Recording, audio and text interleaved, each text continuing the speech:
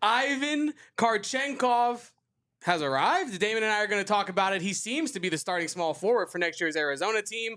Arizona baseball, yeah, you know it. Mason White, he's a wagon. Arizona baseball is a wagon. We're going to talk about all that on a jam-packed, manic Monday, everybody. It's the AZ Wildcats podcast. Leave a like, drink your water, don't go anywhere.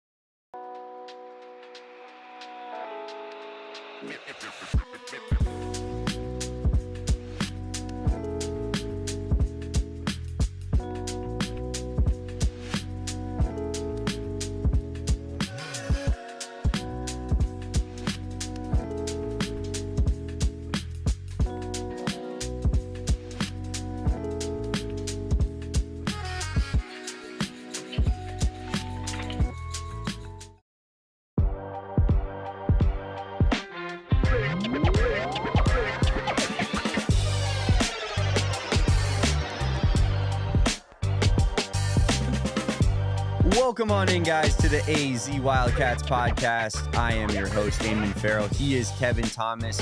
We are live from beautiful PHNX HQ2 in lovely downtown Phoenix.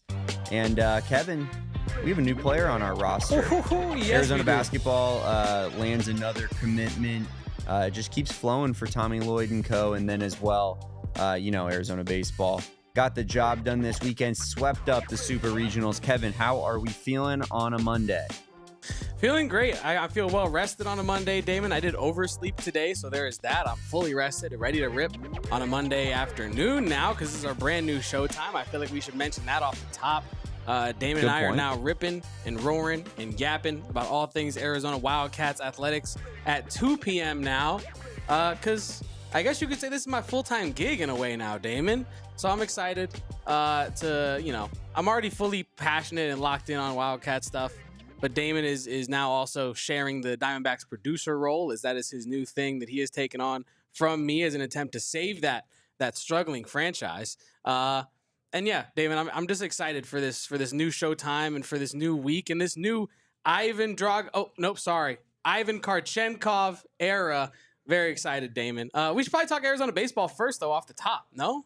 Yeah, let's do it. Arizona baseball, obviously, we went through and we were detailing, keeping you updated from our Twitter account. Follow us, PHNX_Wildcats. They got the W against Cal Poly in somewhat insane fashion on that Friday game, right? Where Arizona wins 3-2. They get out hit. They have more runs than they do hits in the game. That's what happens when you have a team that can put the ball over the fence. And Arizona baseball certainly can do that. Then they follow it up with just crushing Utah Valley, who shout out Utah Valley beating Oregon, right? And then Cal Poly with the elimination. Then, you get Cal Poly again, and it's just back-to-back home run derbies for Arizona baseball. And Kevin, this is exactly what we were talking about, right? When we were drawing up our dream scenario for Arizona baseball after kind of a rough end of the regular season where you lose the series to Utah, who's bad. You lose, 1 out of 3 to Houston, who's also not very good.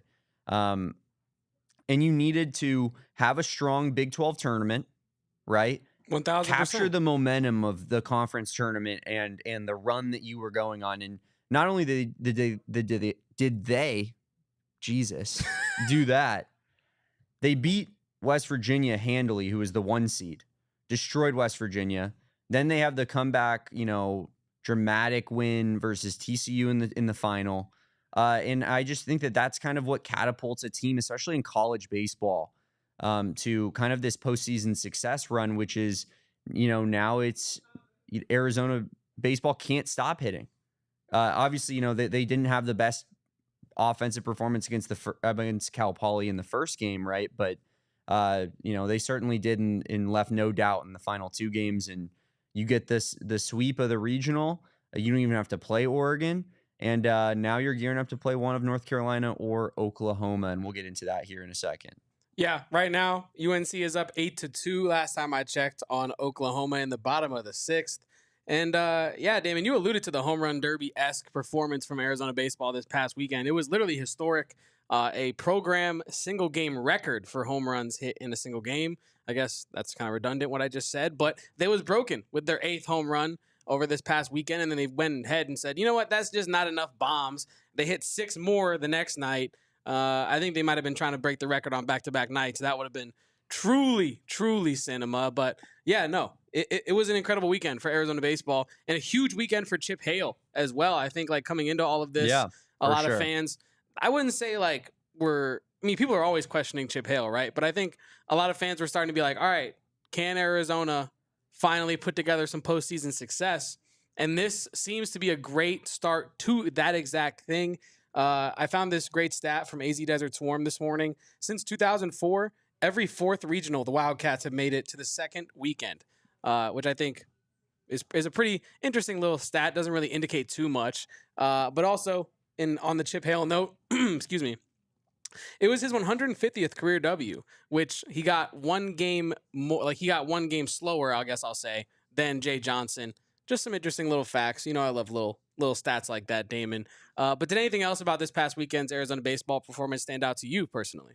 Just happy for Chip Hale in general. I feel like obviously Dave Hickey kind of spammed the alumni hire. Like that was kind of I was always joking like during that time period, and a lot of it's worked out, right? But it did feel very much like there wasn't a whole lot of creativity going on in terms of who should be the next head coach of their respective sports. So like, Mike Candrea retires. Oh, well, we'll just hire Caitlin Lowe. Oh, Adia Barnes, Chip Hale, the list goes on and on. And so I think there's been skeptics and critics because of that. And just kind of like, he didn't have college baseball experience. He didn't have recruiting experience. And yet you've seen not only the recruiting, but you've seen, a couple of guys in Andrew Kane and Mason White who weren't really being considered by Arizona with Jay Johnson. Then Chip Hale comes in, he starts recruiting locally a little bit more. Like, and those players are some of the catalysts of what, this team is doing right now, right? So I think you have to give a lot of credit to Chip Hale, the program that, he's building. He didn't exactly start, at home plate. Like Jay Johnson had a good thing going, no doubt about it. But he's clearly like kept the standard of what Arizona baseball is and should be. And, now, despite not making the supers when he was hosting a regional, he doesn't get that hosting opportunity this time around, wins another conference championship, and then now gets over that hurdle. It's cool to see. And now, yeah, you right now it looks like you're going to be traveling to North Carolina and playing in Chapel Hill against North Carolina, unless Oklahoma pulls something special out. But if Oklahoma does in fact pull something special out, then I think you have to, it gets interesting whether or not Oklahoma or Arizona gets to host that next game. And, I think there's a lot of apprehension because of the SEC and what that brings, especially in college baseball in particular, I think is very much influenced by the SEC. But I think Arizona would absolutely deserve to host that over Oklahoma in that case. I totally agree with you, Damon. And especially think, given the momentum of the team. We got Kobe in the chat, and Kobe has been antagonizing the SEC on social media all weekend, doing a great job of that. I want to shout out Kobe for that. But yeah, when you talk about like the SEC bias, so to speak, I believe they had 13 teams in regional tournaments, and I think half of them pretty much got eliminated almost immediately. Vanderbilt went out in unprecedented fashion. The SEC is kind of floundering right now, and maybe you are right. Maybe if the NCAA had their choice, maybe they would try to give some pity to the SEC and give them the Oklahoma the chance to host. But I think you're correct. Arizona, for the season that they've built for themselves, going 42-18, the momentum that they have behind them right now, they 1,000% deserve to host should Oklahoma pull off something a little bit magical right now. Yeah. I think just given the fact that you won your conference, a power conference, a conference that's been, I think, severely underrated at this point in time. And then you win the regional despite not being the one seed, despite not being the host site. And on top of that, you look at Oklahoma's stadium versus Arizona's stadium, and it's just not even close. I believe Oklahoma seats like 5 or 6K as a total, which is like pretty shockingly low. I'm not going to lie, for a school that has the facilities and the money that, Oklahoma and Oklahoma football would bring in. But yeah, I don't see a world in which, yeah, here it is. High Corbett, 9,500 seating capacity. And I believe Oklahoma is like 5K, 6K. So again, like, I don't think that would seem insane to me, but it does look like right now that's not going to be a thing that is going to have to be a factor for Arizona in this one. You're just going to make it easy. Go to North Carolina. They're the number 5 overall team. Obviously, you get to this point in the season, every team is really, really good. That's how it works. But 1,000%. it is just, I do love the momentum this team has. And there's something about feeling inevitable in college baseball. I'll never get over that 2012 feeling of just no one is going to stop this team. This team is, they'll hit every single pitcher that they face against. And I think Arizona is somewhat in that realm right now where it just feels like the offense is just going to flow, especially after these final 2 games. So yeah, just got to keep the momentum alive, and it's been a really, really fun time to watch. And I think underheralded, Kevin, in all of this is the offense is the story, but the pitching has been phenomenal. The pitching, even in that Cal Poly game, Cal Poly gets a lot of hits on that Friday game. You get out of a ton of jams in that game, and then the bullpen, Pluta is automatic, obviously. It's just been the pitching has been unreal in this Big 12 tournament run into the NCAA tournament, and it just really feels like they're clicking on all cylinders right now. It does, and you've alluded to it multiple times on this great podcast that baseball is a sport where you just got to be clicking at the right time. You don't have to put together the greatest season in your program's history to have the greatest ending in your program's history. You just got to be clicking on all cylinders at the right moment. And right now, Arizona has the defense going on, they got the pitching going on, and the bats are absolutely on fire. Mm-hmm. So you just hope that can continue as they face UNC likely or Oklahoma potentially. I have a poll going on right now in the chat, and I'll ask you the same question, Damon. Do you know? Yeah. How are you feeling? How confident are you out of 10? In the poll, it's 0 to 5 and then 6 to 10. Are you in which boat of confidence for Arizona? 10 being like supreme confidence. I think they're going to win the whole damn thing. 0 being like they're about to get blown out in the next game that they play. It doesn't matter what happens next. Where do you fall on that general scale? I mean, it's a pretty big range, so I feel like everybody, it's just a vibe check, most Arizona fans are all going to, given the state of the team, are all probably going to be in one end of that spectrum. But definitely 6 to 10. Like I just said, like it feels like they're clicking on all cylinders. The offense is going, and not only that, but they hit a bunch of bombs, man, and that's huge to postseason success. Is timely home runs, right? And then the pitching staff is just, it's starting to find its footing a little bit more. So yeah, I'm feeling pretty good, and I honestly like our chances against either one of those teams in the Super Regional. But Kobe bringing up a great point. Since the Obama administration, let's all point and laugh at ASU for a second. They of course, I saw some tweets like after they won their first game that like at least ASU is the best baseball team in the state. Didn't win the season series. Didn't win the Big 12 championship. Didn't make it to the Super Regional. Certainly an interesting take. But yes, it's fun to witness year after year. No one chokes like ASU, man. Right? Like given expectations and stuff, it's always the postseason play. It's beautiful to see. And yeah, that is the first Obama administration. If you are here watching with us, drop a like on this video, please. We are having a great time with you guys on a Monday. A little light on the likes. Love to see the views. Love to see all the activity in the chat. Please drop a like on this video. Subscribe to the channel if you haven't done so already. Kevin, we're going to get into some Kharchenkov. Did I say that right? Whoa. I've been struggling.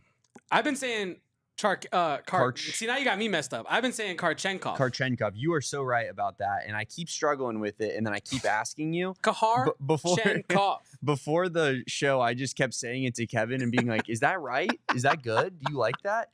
And then Kevin would be like, "No, that's horrible." And Kevin's such a nice guy. He keeps being like, "Well, the way I'm saying it," and it's like, "No, it's very phonetic. I'm pretty sure there's only one way of going about this here," and I just keep screwing it up. Ivan Kharchenkov. Bang! Yeah. You're goddamn right, it's a bang. Easy money, dude. Might have been deserved a double bang there, but Ivan Kharchenkov looks like a real player. Kevin and I are going to evaluate his game, what it means for Arizona basketball, and we'll do that right after the break here on the AZ Wildcats podcast. You know, his name might get a little lost in translation, but no matter what language you are speaking, Circle K is always America's thirst stop. And there ain't no mistake in that. Whether you want a 79-cent Polar Pop, a 99-cent Froster, 3 for $7 Ghosts, 3 for $5 28-ounce Gatorades, save 30 cents per gallon on fuel as well when you buy 3 Celsius, Celsius or Celsia, whichever flavor you're feeling in that sort of translation. Oh, wait, Damon. You can't access these deals unless you're an Inner Circle member, but it's so easy to join. All you gotta do is put your phone number, email in there. You can do it right there at the pump, and then you get 25 cents off per gallon on your first 5 fill-ups after you sign up, 3 cents off per gallon on every fill-up after that, until you graduate, take your cap, turn it to whatever size you gotta do it, and then you get into the 5 cents off per gallon club, Damon. The Inner Circle is the place to be. Circle K, it's America's thirst stop. I love Circle K. Love filling up there. Love getting snacks there. Check out Circle K. Visit CircleK.com for more details at participating locations, conditions, and terms do apply. Circle K, it's just the best, Kevin. I love going to Circle K. I stopped there yesterday to grab myself a nice ice cold drink. And when I was moving too, essential, right? Like you got to get a Polar Pop when you're moving, a little bit of Powerade situation rolling. Got to fill up the U-Haul. The absolute best. And if you want the absolute best when it comes to your flooring, Empire Today is the way to go. I am sitting on some Empire Today flooring right now. It is pristine. It is beautiful. It is shining, Kevin. Here's the greatest part about Empire Today. They're the flooring experts. They're not just, this isn't something that they do along with everything else that, improvements that you would make in your home. This is their specialty. This is what they love, eat, sleep, breathe, like we do, Arizona Wildcats athletics. They are with flooring. And you may think it's weird, but that's just their life. That's how they are.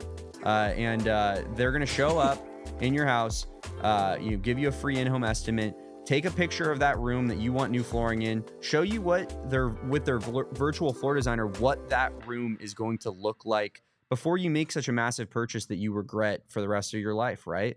And that's what Empire Today does so well is they kind of make that process very easy for the consumer. And that's why they're the flooring experts. So head on over to EmpireToday.com. We got a promo code for you. It's going to get you $350 off. It's PHNX.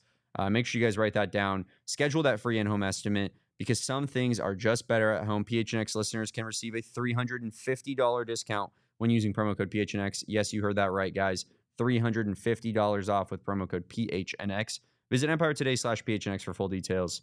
And let everybody know about that. That's not just an Arizona thing. That's a national thing. That's a United States thing. 1,000%. I'm a guy who's currently searching for a new place to live. And the flooring, I've noticed, the flooring choices in some of these places I'm looking to rent, completely crazy. Like there's no rhyme or reason. There's tile here, laminate there, hardwood in there, carpet in there. It's like, what are we doing? Why doesn't everyone just go to Empire Flooring? I don't get it, Damon. Hit up your landlord, send them the link, EmpireToday.com/PHNX, and just say, hey, if you use this, you're gonna get $350 off. Exactly, bro. Get me some new flooring. Exactly. But also, Damon, I had a question that I didn't talk to you about pre-show. I kind of wanted to spring it on you here in the moment. Damn. We're gonna talk about Tommy Lloyd's recruiting of Ivan Kharchenkov here in a second, right? But Tommy Lloyd also is Tucson's Father of the Year. I don't know if you saw that. He was voted as like Father of the Year in Tucson. And I was talking to Bo Brock of PHNX Cardinals about it. And we were thinking about it like, I wonder what Mr. Fairall has to say about all this. Because he resides in Tucson, correct? Yeah. And he's your father, correct? He is. He's making him a Tucson dad, correct? Yeah. He does have to take that pretty personally, it seems. Yeah, can we get can you text him later and maybe confirm or deny whether or not he has beef with Tommy Lloyd now? Does your dad have beef with Tommy Lloyd? We'll see if I would say this, Kevin, if he truly is Dad of the Year, he will be in this live chat in the YouTube comments responding right now. He's calling him out. This is a dad check right now. This is oh my God. What does it mean to you, Dennis? What does it mean to you? It means everything to me. So yeah, I think that there's an opportunity here for, something like you know what I mean? Like this, he has a chance to really truly do something special here. But he does. We'll see if he's on tape delay here or what. You know what I mean? But or he might not be Tucson Dad of the Year. Maybe Tommy deserved that. Speaking of Dad of the Year, Tommy Lloyd, he's Mr. Worldwide, aka Pitbull, aka Tommy Lord, whatever you want to call him these days, Mr. Passport, all these different acronyms and nicknames for him. He's gone over to Germany/Russia this time, to Bayern Munich, and maybe Damon, I put this out on Twitter, got the best possible prototype for a small forward in his system, dare I say? Ivan Kharchenkov, 6'7" wing, German-Russian heritage there, plays for Bayern Munich, seems to have, I will say, from a skill set perspective, seems to have every tool in the book. He's a 3-level scorer. He's great in the press on defense. He's great laterally. He's got a good vert. He seems to make the right decisions. He makes quick decisions. Damon, thoughts on Ivan Kharchenkov? Because I am almost speechless right now watching his tape. We were talking about it earlier. We were like, is he as good? Like, it's almost too good to be true watching his tape, because you're looking at it, looking for holes like you do with these evaluations. Yeah.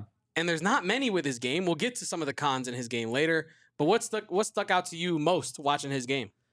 I think similar to what you said, just the balance, right? Like, it seemed like he was very solid in a lot of aspects of his game. And when you were describing it, because I didn't really get it, I'll be honest, this didn't pop in my head from watching, but when you were describing the type of player he was and the perfect fit for Tommy Lloyd as a small forward in his system, I couldn't get out of my head Pelle Larsson. He is kind of like Super Pella, isn't he? Pelle Larsson is one of the most balanced basketball players you will find. He's a good defender. He's a good ball handler. He's a good passer. He's a good shooter. Is he great at any of those things? Not really. He's definitely not elite at any of them, but he's certainly a high IQ player, and he was very, very balanced, and he played small forward for Tommy Lloyd in this system at a very high level for multiple seasons. I feel that you kind of could be getting a similar guy here. And I don't expect necessarily like the senior Pelle Larsson leadership as a 18-year-old, right? But I think that if you're matching play style a little bit, I kind of love that little combination there to an extent. And I agree with you, Kobe. Yeah, I think he does look a little bit more physical, especially at this early age, how physical he is. I think that's something that you can definitely build off of. Kevin and I were talking about that play in the highlight reel where he stiff arms a guy, basically Derrick Henry style, to the ground, and just the strength that takes to pull that off. But I do think that Pella got pretty physical by the end of his time at Arizona. Like, you could clearly tell he spent a lot of time in the weight room. He really developed into his body. And I think that this kid, like you said, like kind of a super soldier version of Pelle Larsson, probably has a little bit more. I know Pelle Larsson's in the NBA, probably has a little bit more NBA prospects. I would assume, like, given that I think like more from a early age, like he's on the radar, whereas Pella had to work into that as an upperclassman in college. I don't necessarily expect that same development tree just in the little scouting that I've done on this guy, but I really like the player, and I think he can contribute right away. Yeah, let's start there. Does he contribute right away? And then I kind of want to go into breaking down his offense and then breaking down his defense a little bit. The basketball and football guy, resident chatter here, thank you for tuning in all the time, says, is he going to start? And me and Damon, like, we were talking about this earlier, unless Dwayne Aristode is something that we haven't seen on tape, like from a development standpoint, and he's gotten better and stronger and faster and, more of a two-way guy, because his defense is insane. Right, but his offense leaves a little bit to be desired. So unless Dwayne Aristode has developed crazy since the last time we've seen him on tape, Ivan seems to be the guy that's going to slot right in to replace Carter Bryant next season. And we're going to get to Carter Bryant later in the show because he has officially declared that he is leaving Arizona. We all knew that's what was happening, but now it's official. He's put out the graphic and done the whole ceremonious thing. So I feel like this is the player that slots perfectly into that role. He's built for the Big 12. He makes quick, heady, intelligent decisions. I mean, yeah, you say opposite of ADO. I guess we could throw out we have to talk about that as well. ADO is not going to be able to start over this guy, in my opinion. Again, unless ADO has had this crazy transformation that we haven't seen yet, there's no reason for him to start over a guy like Ivan Kharchenkov. Like, I don't know. I feel as though his game is really predicated to fit perfectly into a Tommy Lloyd system where, again, we're going to talk about some of the cons in his game, or I won't even say cons, but some of the weaker areas of his game later. Yeah. But those areas are stuff he's really not going to have to flex too much at Arizona when you have Jaden Bradley as a primary ball handler, Braden Burries as a secondary ball handler. You got Koa Pete, who you got to feed. We know the admiration, I'll say, Tommy Lloyd has for Matias Krivas as an offensive talent. So, like, I really feel like he's going to be another guy in under the same large umbrella as a Carter Bryant, where his production's not going to look like all world and how could, how Arizona's got to win the national championship. They got this guy averaging whatever. Like, his production's not going to look like that. Yeah. But his impact, I think, is going to be immediate, and I think it's going to be felt for the entirety of the season. I'm very excited about him as a prospect, Damon. Yeah, he definitely adds a different wrinkle to this team, and a different, I think, profile of player for sure, to that small forward kind of mix that you have now. Obviously, Delhi is a lot more of that spot up shooter. I think you kind of hope Dwayne Aristode develops into that defensive specialist role, right? And then Ivan Kharchenkov is more of, I think, an offensive type of well-rounded basketball player, but yeah, it definitely adds a different wrinkle. And I as with all Euros, it's somewhat of a mystery. I think a lot of people thought a guy like Henry Vasar was going to be unreal from day one. That was kind of what we were sold, and I think rightfully so, based off of the highlights that you were watching of this guy, like playing in Europe. We have a couple highlights right here. Yeah, and so I think it's you feel that he could probably contribute from day one for Arizona, but obviously it's somewhat of an unknown. You never know. Yeah, no, you really never know. And I kind of want to talk. You spoke about how he's more of an offensively focused player. Let's talk kind of about what his offense, what he brings to the table. Yeah. He's a 3-level scorer. He's a 3-level scorer. He's a spot up shooter. I wouldn't say like he's a knockdown 3-point shooter, but I think like open shots, off screens, I think he's competent from range there. It's not like what he's looking to get every time, but if he's open, he'll shoot it. Kind of a similar, I mean, I keep comparing him because it's the guy he's replacing. But like, think of the way that Carter Bryant shot threes last year. If he was able to find it within the offense, he would shoot him. He might knock him down. I think that's kind of the 3-point motivation that Ivan's going to have coming in. I don't think he's going to be hunting threes. I do think that he's very good at using like an up fake into like that sweeping motion to get into a drive. I think he's very good at that because we were talking about some of the things he's weaker at in his game. He doesn't have the quickest first step. He's good laterally, but he's not like fast laterally. So he does kind of have to use his skills to get to the spots he wants on the court. But I think it's clearly only made his mid-range game better, moving down a level here now. His mid-range game has evolved. He has a floater. Like we talked so much last season about how important Caleb Love's floater was to Arizona's offense when the threes weren't falling. Caleb Love being able to penetrate into the paint, force the defense to crash, and then still find a floater in the mid-range. Ivan has that in his bag, and it seems to be quite consistent as well. And he has a post-up game. He doesn't go to it all the time, but if he's against a guy who's of similar size as him or smaller, he looks totally comfortable backing him down, hitting him with a spin move, finishing with either hand as well, because he finishes like a guard. I think a lot of times in Europe, he played as a 2, right? He played at the 2, so he has guard skills to an extent at the size of a 3. Offensively, I'm incredibly excited about what he brings to the game. He's a willing passer with decent creation. I don't think he's, necessarily like Jokic out there or anything, but I will say he has incredible touch on his passes. He makes some ambitious ones as well. I think back to the Carter Bryant pass against ASU this past season where we were in attendance up here at McHale North, and Carter Bryant finds a tiny window, chest pass, full length of the court, right into the hands. I forget who caught the pass. Might have been Conrad Martinez, actually. I don't know. But great stuff like that. Like long passes in transition, touch passes to bigs over the top of a defender. His offense is going to be very valuable for Arizona next year, I think, in my opinion. And yeah, what's that about his offense to you? Definitely that strength component, his ability to I think maintain his balance through contact in particular, like when he's driving into the chests of people and kind of bouncing off of them, but you can clearly see that that was intentional and it didn't affect his form at all. I think that that's kind of a trait that you don't always see as a finisher. And he clearly knows how to utilize his body to create that leverage and that momentum. And so I definitely, I think that aspect of his game in particular intrigues me. I mean, not that you would expect to in a bunch of these highlights, but I didn't see a bunch of like a ton of like pick and roll type of ball handling that I'd maybe like to see a little bit more. We have an update on Father of the Year. We do have an update for Father of the Year. Your dad in the chat says, sorry I'm late. I was actually out campaigning for Father of the Year votes. What did I miss?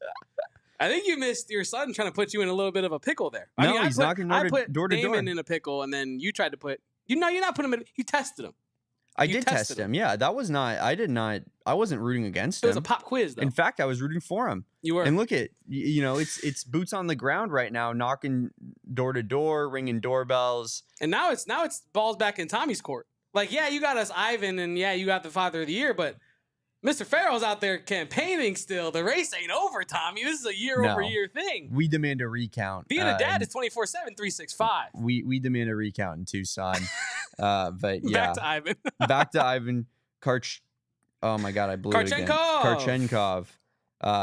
It's for some reason I get like a hiccup there. It's like the yips. It's become somatic satiation. Mm-hmm. You know that thing where explain. Somatic sensation is a thing where you say a word or write a word so many times that it becomes nothing. And you don't even know if it's spelled right or pronounced right anymore. You're just writing it. You're just saying it. And we've talked about Kharchenkov for so much this afternoon, that I think it just sounds like when Charlie Brown's parents are wah, wah, wah, wah, wah, wah. Like you just... Well, you know what the problem is I'm looking at this right now. I want to put that K after the arch and just go Kenov. Mm-hmm, and that's what I keep doing is Kharchenkov when it's Kharchenkov. Kharchenkov. Yeah. You see what I mean? Mm-hmm. I keep flipping that K. That's really my issue here.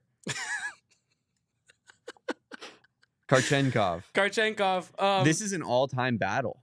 This is one of the greatest battles. Get ready to learn Kharchenkov, buddy. You better get ready. All-time sports rivalries. I mean, you got,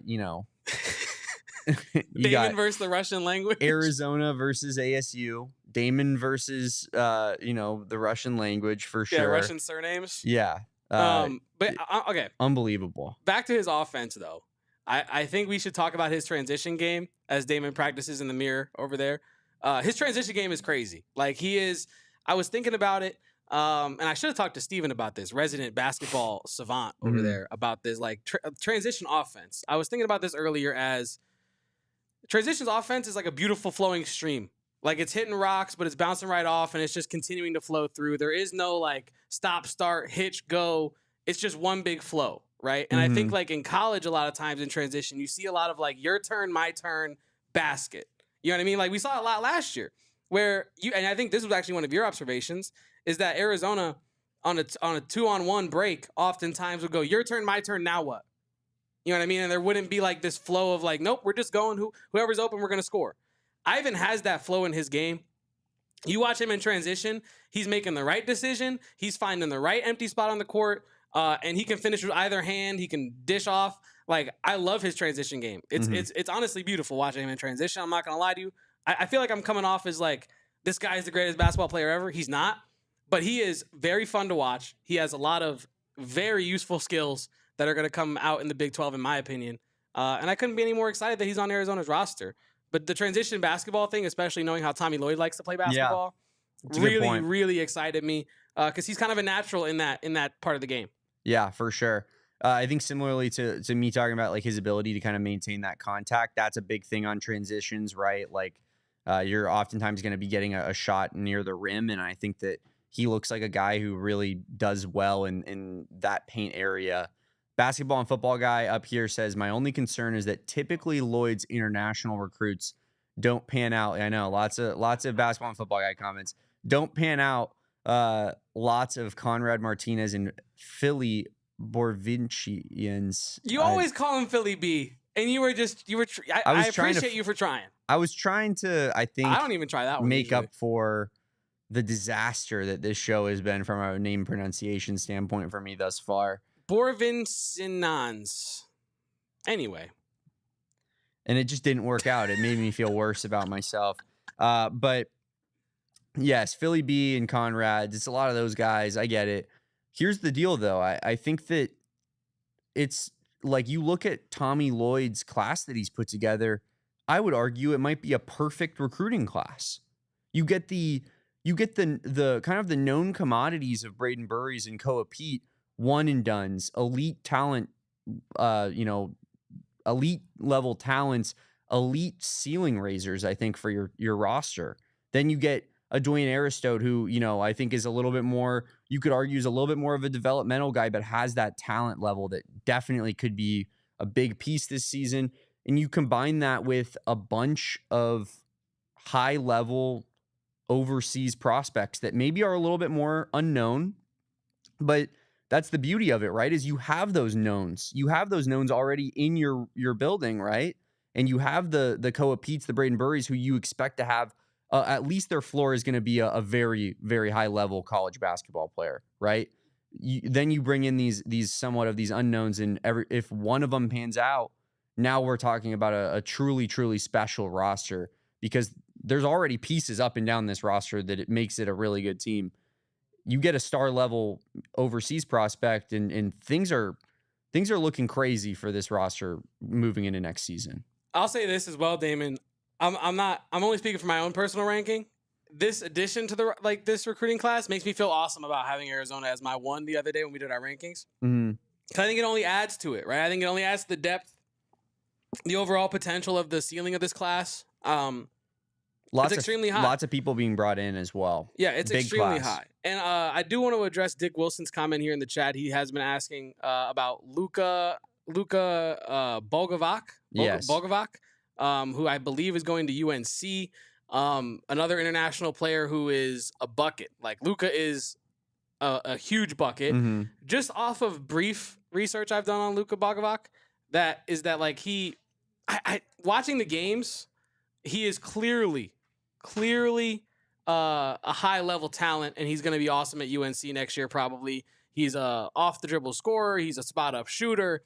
But I didn't see the same physicality to his game. I didn't see watching it. I didn't see it necessarily as I saw it as a very highly skilled basketball player, but I didn't see it as oh, that's a Tommy Lloyd guy.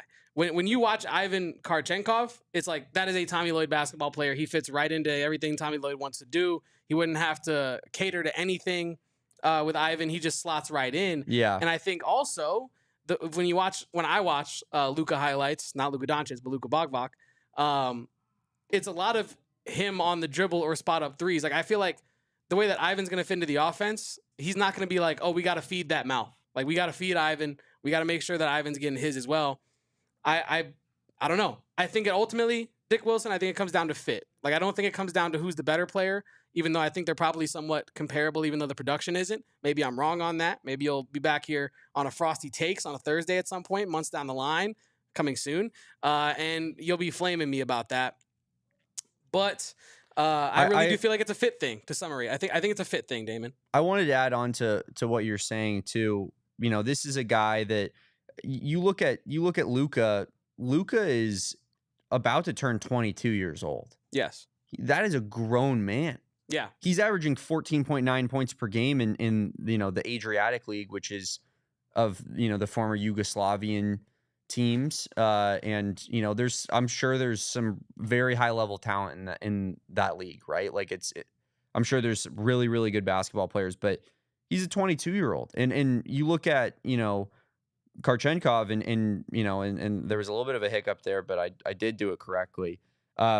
He debuted in the BBL, which is the league that Bayern Munich play in, at 16. The what?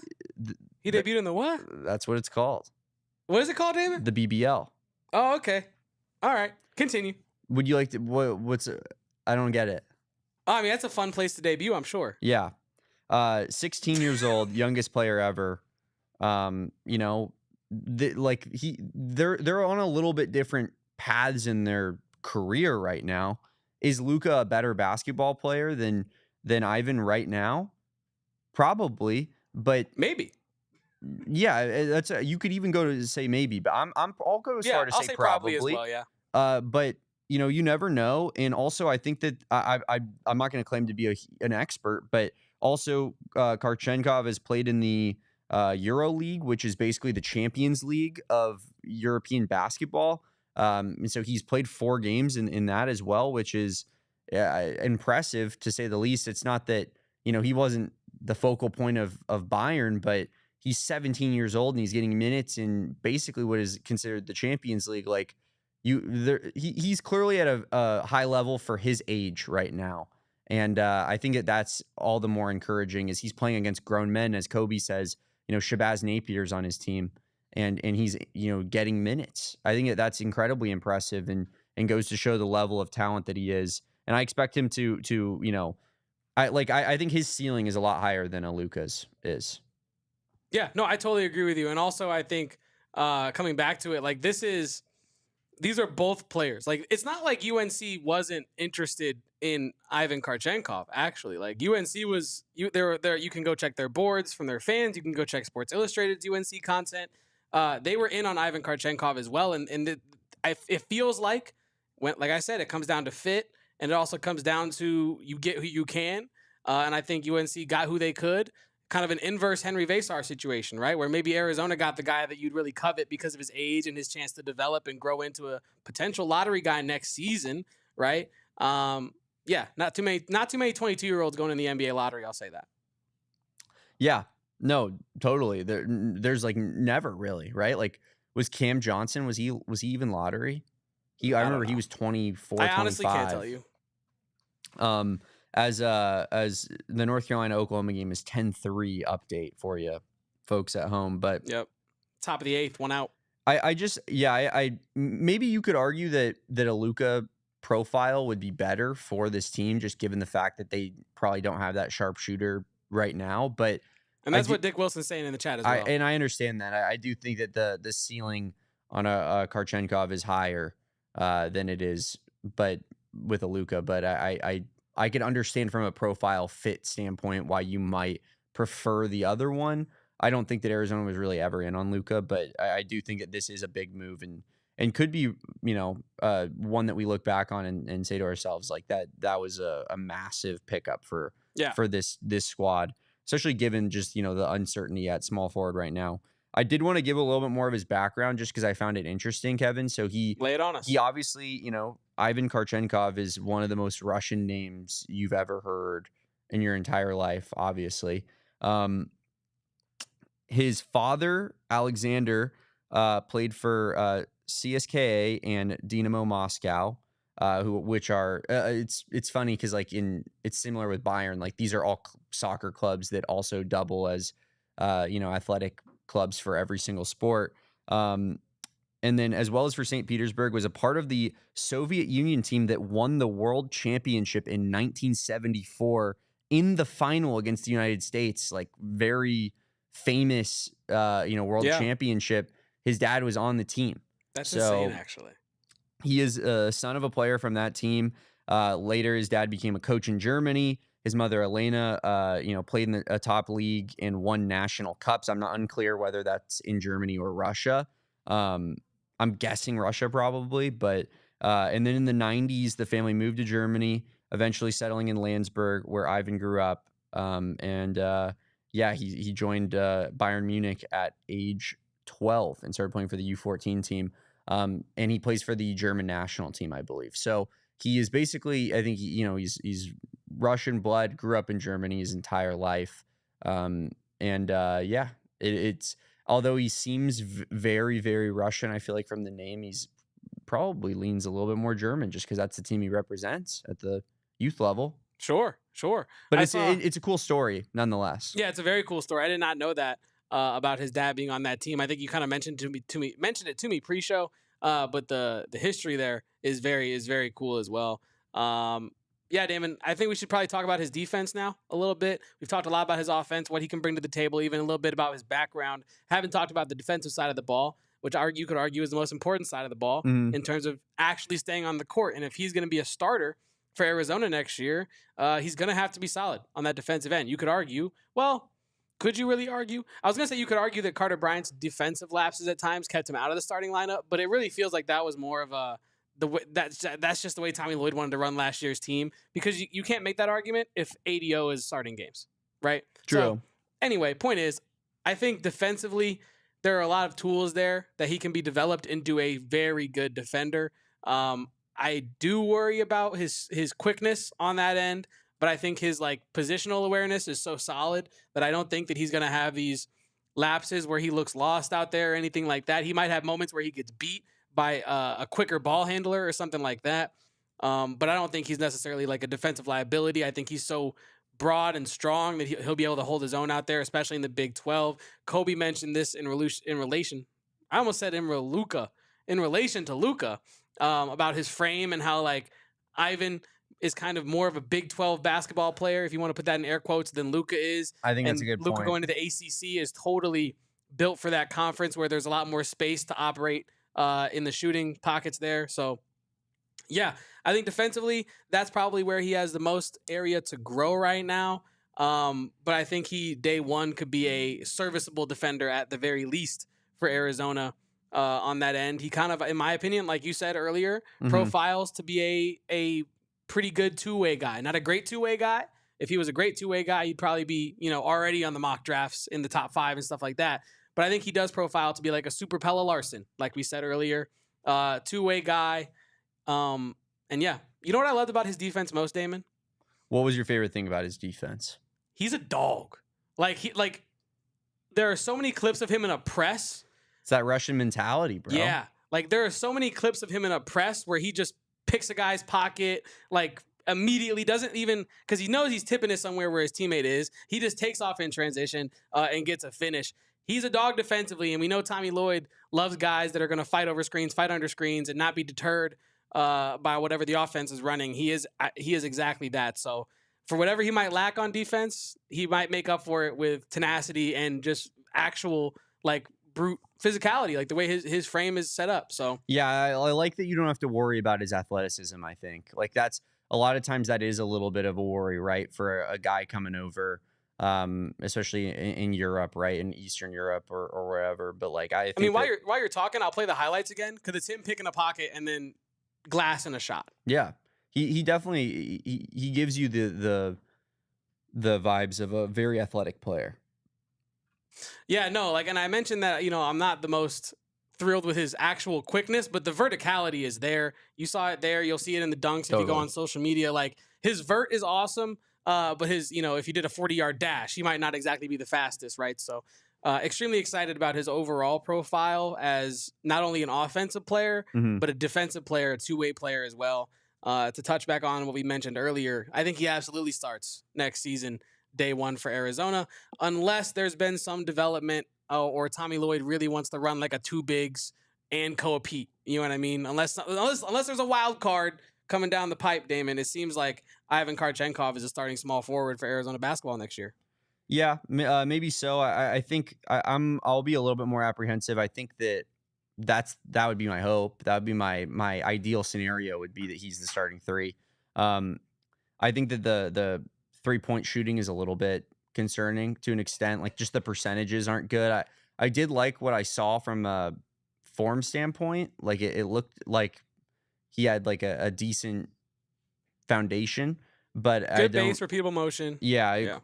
In the German league this year, which I found out BBL is the Bundesliga basketball league.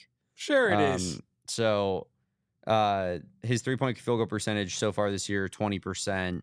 In their cup competition, 27% and 12.5%.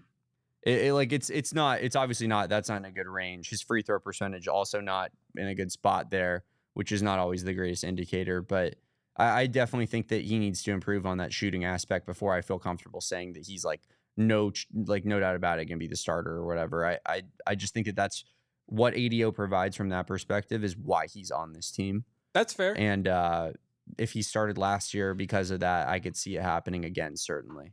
But if this guy can show some shooting chops or just show that he can be more than Jaden Bradley from the standpoint of like hitting an open 3, right? Yeah, Like no, not being yeah. a liability from the perimeter.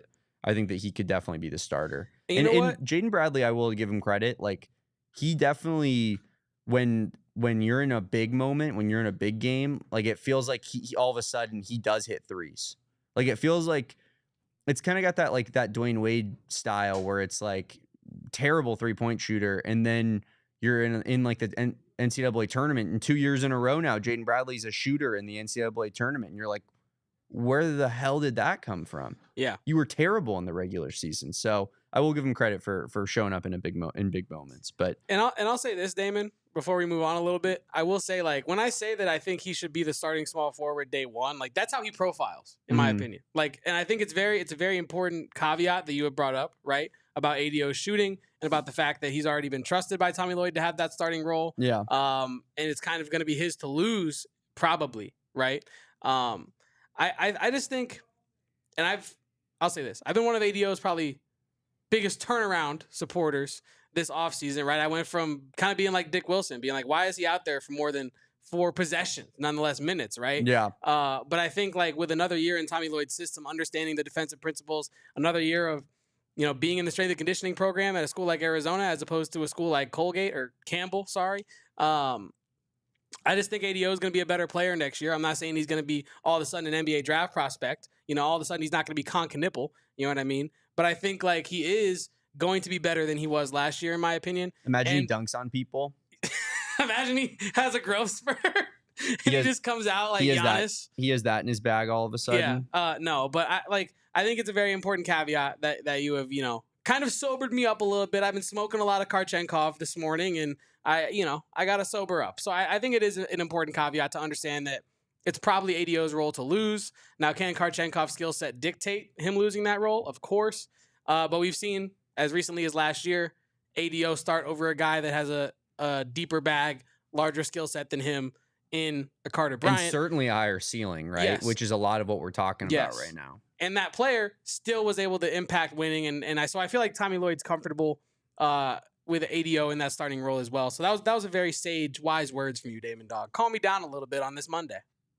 Yeah, Dick says here in the chat, if he starts, then he's just a younger, not as good defender as KJ Lewis. I think that's what kind of, if you're saying he's better at offense than KJ Lewis, but worse at defense, then he's really nothing like KJ Lewis, kind of. I think he would play that position, and they're somewhat similar heights, but yeah, I don't really see that comparison, to be honest. I think Kharchenkov has given you a lot more from a like at least a slashing standpoint than KJ Lewis ever would. And specifically a finishing standpoint too, he's right? probably not picking up the number one option on the opposing team for 40 minutes of a basketball game. See, I will say I do disagree with Dick Wilson here, saying I believe you're saying that Ivan is not better offensively than KJ Lewis. Correct me if I'm wrong on that. He profiles to be a lot better. Yeah, he profiles to be dramatically better offensively than KJ Lewis. And we're big KJ fans. We're huge KJ fans. And I think like the difference between them offensively is the variety of their bag. Like KJ Lewis is not a 3-level scorer the way that Ivan Kharchenkov is. He's not a fraction of the finisher that Ivan seems to be from watching the tape and things. Like he has reverse finishes, left hand, right hand. He can kind of do, I won't say it all, but he has a guard-like profile from a finishing standpoint. Yeah. At a small forward size, and KJ Lewis does not have that. You could also say KJ Lewis is an undersized 3 when he plays the 3. So I just think Ivan definitely profiles better offensively than KJ Lewis, but he profiles worse defensively than KJ Lewis, and I think that's just kind of like the sky is blue. No, I don't know. Maybe I'm wrong on that. Yeah, no, I agree with you. I definitely think that there's a little bit more to work with there, and that's coming from two guys that I think, as far as Arizona fans go, definitely are way more on the upper end of people that like KJ Lewis in this fan base, just because I know a lot of people get very frustrated with KJ Lewis from last season from time to time, and understandably so, but I do think that he was a very positive player for this team. I'm excited about Kharchenkov. I think that this is one of those prospects that is such kind of a mystery that it's like almost fun to get your first look at them. Like one of the first games of this season that's gonna be like one of the things I'm keyed in on is what does this guy look like against, legitimate competition from the jump, right? Like, and he's played against legitimate competition. He's playing against grown men, but it is a little bit different, I'm sure, when you're suiting up against the reigning national champions early in the season, like Arizona will be doing this upcoming year. So yeah, it's going to be super fun to keep keyed in on, and definitely a good thing to come across our desk today, Kevin. That Great thing. I'm happy happened because I think that this was somewhat in the works for a while, but this is a fun topic to talk about, no doubt about it. It is. And basketball and football guy says the first game of the year is going to be against Florida. I believe it's November 10th, 11th. I don't know. So we're going to know early. And also, this kind of leads into what I was going to respond to you with, Damon. You kind of made me think of something I had yet to think of, which you do often, right? What are you going to be most excited for? And we're not going to answer this now. This is almost like a whole segment on its own later in the summer. What are you going to be most excited for, like watching game one? I was thinking about it as you said that, because you got Koa Pete's debut, you got Braden Burry's debut, you have Ivan Kharchenkov's debut, potentially Dwayne Aristode, and then you got CD Gay and Mobile Mawut also on the roster. Bryce James is going to be on the bench. Like, there's so many fun storylines with next year's Arizona recruiting class that's coming in. Like, you don't have enough eyes to look everywhere you got to look. I'll tell you what right now, number one, the season starts after the first Koa Pete dunk. I'm officially declaring that right now. The first Koa Pete dunk is when the season officially starts. Before that, it's just we're going through the motions. It's regular, whatever. It's practice. No, when he back scratchers on a transition dunk, that's the official start of Arizona basketball season. Can't wait for it. Not the first ADO3? No, they'll fire me up, but when he's popping the jersey or doing whatever ADO crazy celebration ADO has planned. Also, game respects game, Dick Wilson. If you're right, you're right, and you can give us. I was going to say we would expect nothing less. We actually handshake. Respect the hell out of that. Almost cursed there. Keeping it clean here. Family program here. But yeah, I respect the hell out of that, Dick Wilson. And basketball football guy says in the red-blue game, Koa Pete is going to win that dunk contest for certain, right? Unless, like, Dwayne Aristode's got something in his bag that we don't, like, creatively. I know he has verticality, but, like, creatively in his bag that we don't know. It feels like that's Koa Pete's contest to lose, right? Yeah, I would say so. Man, it's interesting because college basketball is so different, right? Because typically, like, a power forward isn't going to win the NBA. That's not usually how it works.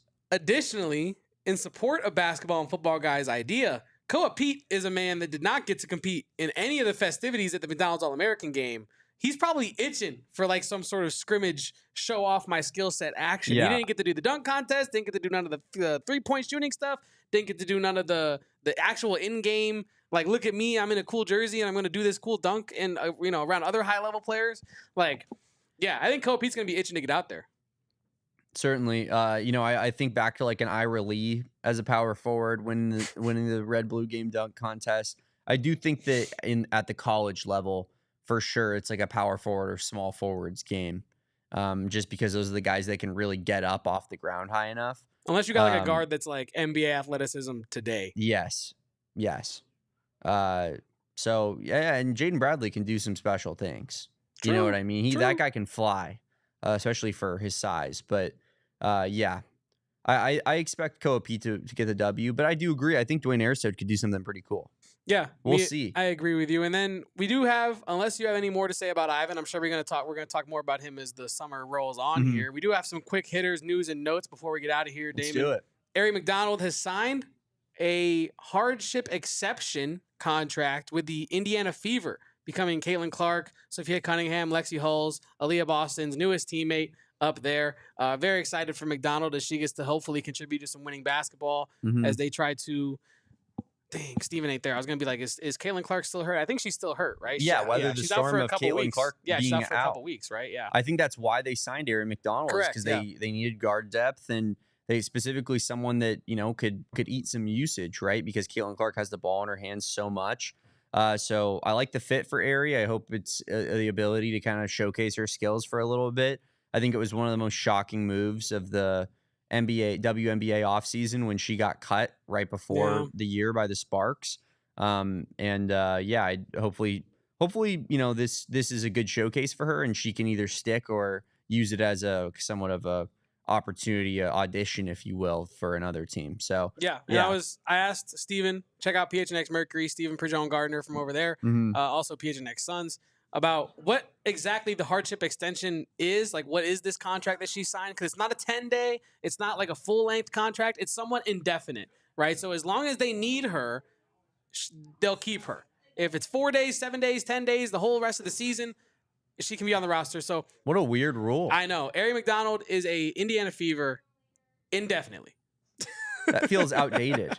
I was talking to Steven. You get to just own your career forever until Caitlyn Clark gets back. Like, imagine she's just never back, and they're just like, sucks.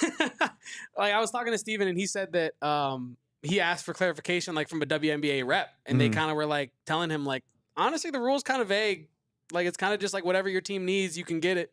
I'm assuming it's capped at 1 season, though, Damon. I'm assuming she cannot be retained like a franchise tag like that for next season. But yeah, shout out to Ms. McDonald. Shout out Aari McDonald. Also shout out Carter Bryant, who announces his officially him leaving. Puts together a nice little shout out to Arizona basketball. Says something about feeling that McHale magic since he was 8 years old. Very emotional post. Clearly, it was a big time goal of his to play at Arizona. It sucks that it wasn't for more than just 1 season, but wish Carter Bryant all the best, and just a really, really good dude. You could tell, good person, easy to root for, and definitely will represent Arizona at a high level at the next level. So, sucks to see him leave, but opens the opportunity for Kharchenkovs to come through the door. You know what? Maybe the most sad I'll say about this whole post right here, Damon. In this second graph where he says, to my teammates, from the hard talks, the laughs, and even the moments when I didn't think I could look you guys in the eyes because I was sick and tired of hearing how bad I am at Uno, I wish I could go back and relive each of those moments. And it made me think of special. It made me think of like after things so emotional. After Arizona was eliminated, the post locker room vibes. You and I were here talking about how sad that locker room looked, and Carter Bryant looked to be taking it about as hard as anybody could have taken it. In that moment, and you could tell in the moment that he was like, I'll never play with these guys, even if I return, I'll never play with this same group of guys again, for sure.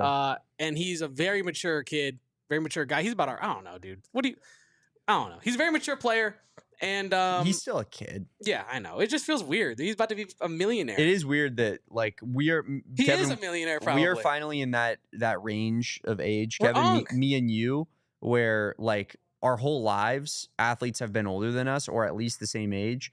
And now we're finally in the spot where, at least the sports we cover, all these kids are younger than us. Dude, we are like half a decade deep into that. Ivan Kharchenkov was born in 2006. That's crazy. See, that's crazy, bro. But we're not. Half a decade's a little bit rich. I was in master's school in 2023. I was born in 2001, though. I could still claim he's 5 years younger than me. Yeah, but I could still claim to be a college kid when I was 22 because I was in master's school. So I could cope and sleep at night and think about it that way. You know what I mean? I was still saying I was a college because I was still a college kid at 23 because I failed accounting 3 times. So that's hard class. It's a stupid dude. Accounting is not a real thing. It's a made-up thing. Was that for, we've talked about this before, was that for your sports management minor? It was actually, I was a business major when I got to Arizona, and then that accounting class made me realize, like, I don't care about being a, like, marketer. Wow, like, I'm good sucks. at it. Yeah, I just hated it. It wasn't for me. I was good at it, but except for the accounting part. And so I switched to journalism, and now I'm here doing this great show with you in front of all of our, a little less than 100 of our closest friends and family. You found your calling, Kevin. You well and truly did. Indeed. So did Carter Bryant. Leave a like for my guy, Kevin. Changing career paths, finding what he loves. Leave a like so I never have to relearn accounting and go into some desk job. 100%. I benefited from an accounting standpoint because COVID happened while I was taking accounting. Genuinely, right dead smack in the middle. So then we started having to do tests from home on the computer, and it just all got a lot easier. It was not what all of a sudden you were learning all the things. Yeah, I mean, well, the level to which they could teach was just completely different at that point. So they kind of, especially because they weren't prepared for it during that time, like colleges were very much making assignments very, very easy on students in that back half of the semester. So I know obviously COVID disaster, the worst, ruined everyone's life. Thumbs down. But at the same time, did benefit me in accounting. I think it made it where I didn't have to take accounting 3 times. It benefited a lot of college students who were in a position to not be super directly affected by the pandemic, but still have to go to school. Because you could take advantage of all the remote learning things that were going on, and the fact that schools really weren't familiar with how to keep track of certain things. And I'll say that. Dick Wilson, we disagree on a lot of sports takes, but you're right on this. If either of us went to ASU, we would have both been a 4.0 students, and that's true. Kobe says he did love accounting so much, he got a degree in it, and then got a new career after working in it for 6 months. Nerd alert.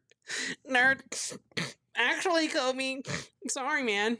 An accounting degree is a great degree. It is. And it takes a level of, I would argue, like, because I've always actually been pretty good at math. I was always like accelerated, but I don't like it. And I would argue that it takes a different level of mental fortitude to invest into, getting a career and whatnot into accounting. Like that it really does. I think you have to be a very patient person. I'm not really a fixed mindset person. Like I really believe that you can change your potential and change your ceiling for anything you want to put your mind to, Damon. Mm-hmm. But numbers and math is one of those things where I almost feel like if your brain is just not wired to understand and comprehend the numbers, you're just never going to be. I agree. I think languages are very similar. As we dive off onto this tangent. Yeah. I think there are some people that it just works so well for them. We're going to overtime to learn language. Yeah, we're a little past that point. I know. But we should just be in overtime. Yeah. If we're talking about languages and being a linguist, we and being blew an it accountant, again. Big Jakes can get Sorry, mad Jacob. at us. We love you though. We do love you, but try to get some sleep with the D-backs and all your children. It is. I think that some people languages just click for them, right? And then for someone like me, for example, like I've obviously growing up in Tucson, I've been predisposed to seeing Spanish all the time. And for some reason, my entire life, I have to translate every Spanish thing to English in my head before it makes sense to me. And it just doesn't work in the right way. But I have always been good with numbers. I think that people's brains definitely do work in specific ways like that. It is interesting. Yeah, I've always been really bad with numbers. My brain works. I'm just a ball knower. I just know ball. I know sports. Brain ball, see ball, hit ball, see ball, catch ball, whatever you want to say. It's a blessing and a curse, dude. Not everyone's born with it, but whatever. It's just kind of my life. Yeah. Well, Damon, do we have anything else we want to talk about before we get on out of here? No, that's going to do it. We'll keep you updated regarding who is going to be playing against Arizona in the Super Regional. North Carolina up 11-3 with 1 inning to play. Looks like it's going to be in Chapel Hill. But we will, of course, get that out on our Twitter account. Make sure you give us a follow at PHNX_Wildcats. I am at Damon Dog. That's DAWG. He is at Kevo Posts, KEVOPOSTS. Really appreciate everybody being here today. It was a lot of fun today, a lot of interaction in the chat. Hoping this new 2 p.m. time will serve it well for everybody. Maybe catch you at the end of your workday, opens things up instead of trying to enjoy your lunch away from work. Maybe we could help you skip a little bit of work at the end of your day. Are you doing accounting, forward. Getting paid handsomely to do a boring job? Tune into the AZ Wildcats podcast. 2 p.m. every day, moving forward. Every Monday through Friday. We are excited about the move, excited about the change, excited to be here tomorrow at 2 p.m. We were literally just saying that at 2 p.m. On a Tuesday, we will be back. But until then, throw us a follow, subscribe to the channel, like this video, and keep it locked in on our Twitter. We will catch you tomorrow. Like I said, peace out, bear down. And go Cats. If he signs, he signs. We